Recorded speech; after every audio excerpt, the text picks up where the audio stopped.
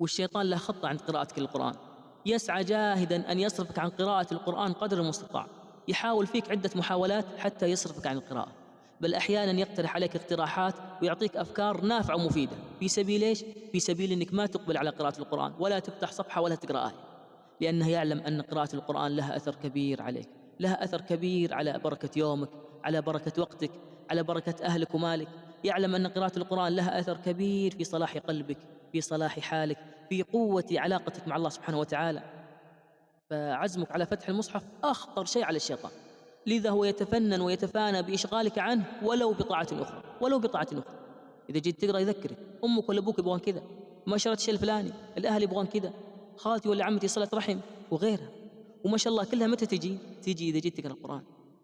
فإذا عزمت على القراءة وجلست لتتلو كلام ربك فلا تلتفت لأفكار الشيطان واقتراحاته، وإن كانوا لابد شيء مهم وضروري ونافع فاكتبه في ورقة عندك أو في ملاحظات الجوال، واكتبه واطلع مباشرة من الملاحظات علشان ما يستدرجك الشيطان لبقية التطبيقات.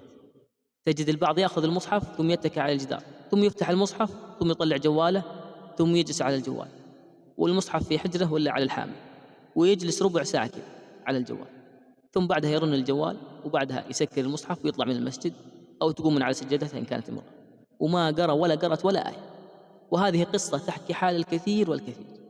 فكن حازما مع نفسك عند قراءة القرآن، ولا تجعل الشيطان يسحب فيك وياخذك ذات اليمين وذات الشمال، لا، انتبه منه، ترى خبيث يجري من ابن آدم مجرى الدم، ويسحب شعره من دبره ويبيت على خياشيمه وينام ويأكل معه إذا لم يذكر الله، فهو خبيث يترصد لنا بالمرصاد.